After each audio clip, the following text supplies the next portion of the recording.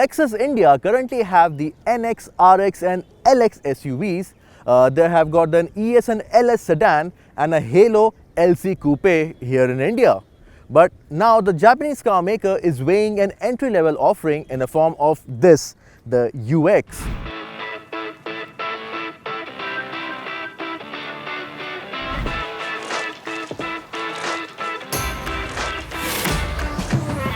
First introduced in 2018, the UX is an all-new product for Lexus globally.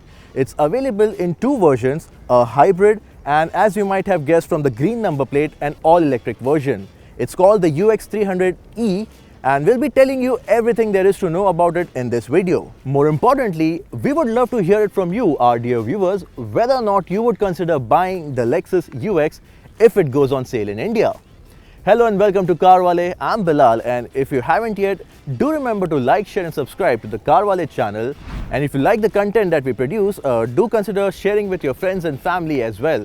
And while at it, hit the bell icon as well so that you can never miss an update whenever we upload such videos.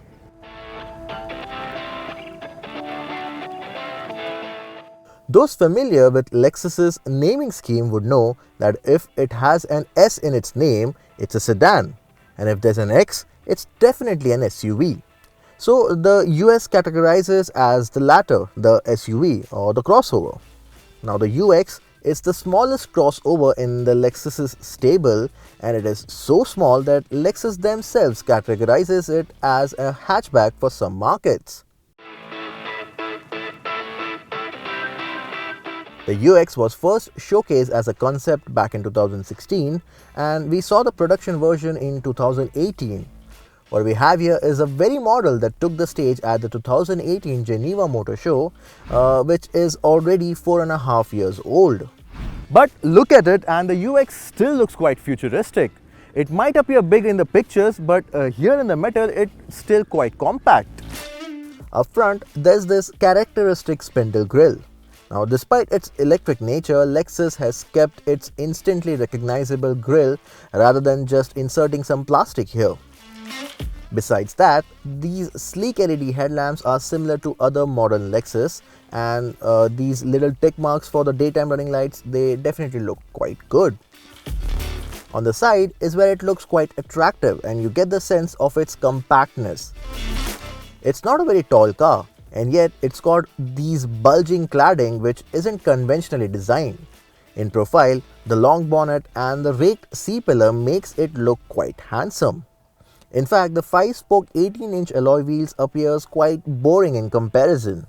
There are lots of creases going around, and move to the back, there are some more. The tail lamp design running across the back and sticking out at the end are unique as well.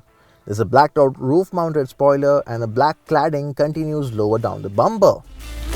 Interestingly, there are barely any differences between the pure electric version of the UX and the hybrid version, except for the badging. Like all other Lexus models, the charm of the UX is its design. Despite its pint size, it turns heads and looks quite handsome. But do you like the design of the UX over, say, the GLA or the X1 or the Volvo XC40? Do let us know in the comment section below.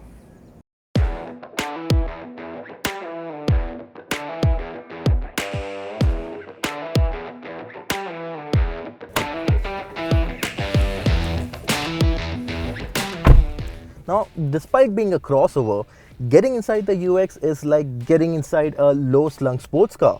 But once inside, everything here is, you get a very typical Lexus style cabin.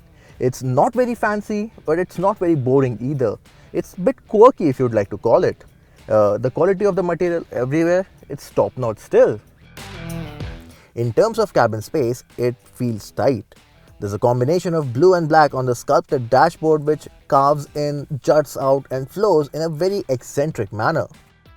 The old interface of the infotainment system sits snugly atop the dashboard in line with the view and has a unique touchpad interface to operate. This touchpad is very unique to Lexus and you won't find it in any other car. Even the buttons of the aircon and other buttons all around the dashboard have a distinct style to them. They are not very tactile but feel soft and nice and should be long lasting as well. There's soft touch materials on the dashboard and on the door pads, which makes the cabin feel quite premium. Now these seats, despite at its highest position, it still feels quite low. So to get a good seating position, you'll have to put the seat position quite low, and then you have a good view and visibility outside. And these seats, they have good amount of support in all the right places, and they also get heating and cooling function. The steering, it also gets a heating function. And behind the steering wheel is a combination of an analog and a digital driver's display. Now, I for one have never seen an analog needle for a battery percentage in an electric car. The digital driver's display is simple and easy to read even on the move. But apart from that, you get a heads-up display here as well. Then there are these quirky features like the volume control, which is here under the panel. And this armrest storage can be opened both ways. How simple yet cool is that?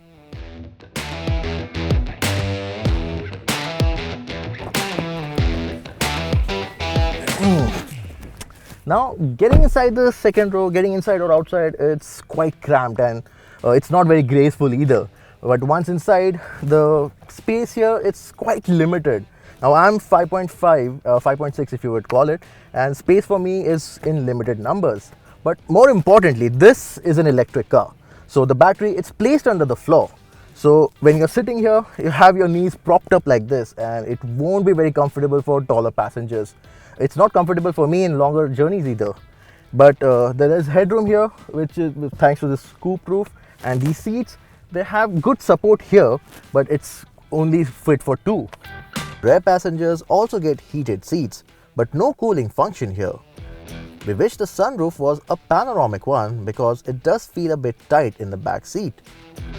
As for the storage, there's no space on the door pads here, but you get two cup holders in a folding armrest. Even the shoulder room isn't great, and the quality of plastic sees a drastic drop compared to the front row seats. Open the electric tailgate, and the UX has a boot capacity of 367 liters. It's not a lot, and the boot floor is also raised to accommodate the batteries underneath. So you have to heave your luggage to get it inside the boot. And there's no spare wheel either under the floor, but there's some space for your charging cable and a puncture repair kit. And if you still want more space, there's 60-40 split folding for the rear seats.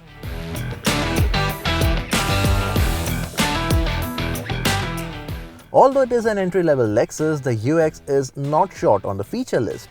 Apart from a 10.3-inch infotainment screen, you get 13-speaker Mark & Levinson sound system, there's a heads-up display, cooled and heated front seats, heated seats at the back, heated steering, electric sunroof, powered front row seats, auto headlamps and wipers, LED lights with headlamp washers, wireless phone charger, 2-zone climate control and smartphone connectivity. In terms of safety, the UX300E has 6 airbags, auto brakes, blind spot alert, rear traffic alert, hill assist, ISO fix and a 360-degree camera. The UX has also bagged 5 stars in the Euro NCAP crash tests.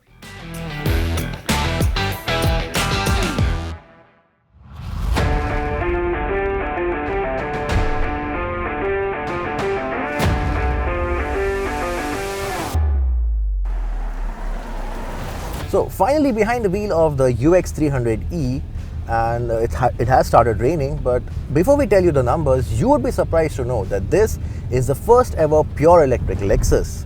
Yeah, Lexus has been making a hybrid powertrain for a long time now, but the UX300 is the first time they have made an all-electric vehicle. So powering it is a 54.3 kilowatt-hour battery pack, which is placed underneath the floor and behind the rear seats. It sends all its power to a front axle mounted motor, and it has a combined total output of just over 200 bhp and 300 Newton meter. If you have driven any other Lexus before, the electric UX, it feels no different behind the wheel. It's relaxed and comfortable with a linear power delivery which isn't gut-wrenchingly fast. The instantaneous torque availability of an EV is quite evident, but go full tilt on the throttle and the speed mount up is progressive rather than pin you in the seat quick. Now, Lexus claims a 0 to 100 km per hour time of 7.5 seconds, and the top speed is clocked at 160 km per hour. But when you are under full bore acceleration, you could feel that after crossing that 120 km per hour mark, it takes longer for the speed to mount up. For everyday drivability, the UX does the job well. With tiny dimensions, good visibility and instant torque supply, you can make your way through traffic with ease. It's fairly usable as a daily driver as well. Out on the highway, you can hold triple-digit speeds without a fuss. Overtaking slow-moving traffic is remarkably easy as well. And since the UX is so good at masking its speed, you need to keep an eye on the speedometer to not breach the speed limits. You also get 3 drive modes here: normal, eco and sport. Even in eco, the performance isn't dulled out that much, and the sport doesn't do much to transform the UX's sporty character either. So the normal mode would just be enough for your everyday need. So overall, in terms of driving feel and performance, the UX300E, it feels like a beefed up hot hatch which is packed into it is disguised as a compact family crossover. As for the handling, the UX isn't quite a driver's car you would expect it to be. If you try and take a corner with some enthusiasm, you could feel this baby Lexus struggling for grip. There's some amount of understeer as well, but drive it sedately and the steering feels light, quick and responsive at both city and highway speeds. Even going over broken patches of road at normal speeds, the ride quality in the UX is pretty absorbent.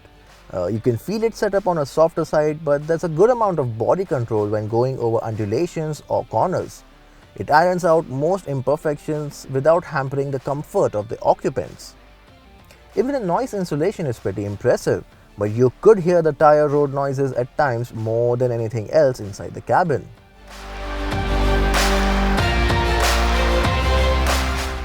As for the charging, the claimed range of the UX300E under the WLTP cycle is between 300 and 315 kilometers. This being an EV, we at CarWale has put it through a rigorous range test. Driving from 100% till the battery drained out to 0, we drove the UX300E in real-world conditions, and the result surely surprised us. When unplugged at 100%, the MID showcased 367 kilometers to empty, and at the end of almost 2 days of driving, we found out the UX300E can actually go 277 kilometers on a full charge. It also proved that the onboard computer of this Lexus is fairly accurate. Now there are 2 charging ports on the UX. On the right is a common Type 2 charger which has a capacity of up to 6.6 kilowatt AC charging. It will take close to 8 hours for a full charge. On the left is a 35 kilowatt DC fast charger which can charge from 0 to 80% in around an hour. In comparison, the Volvo XC40 Recharge has a fast charging capacity of 150 kilowatt and the BMW i4 has a charging capacity of 205 kilowatt. And what's more, the DC fast charging point is not a very common point you find in India.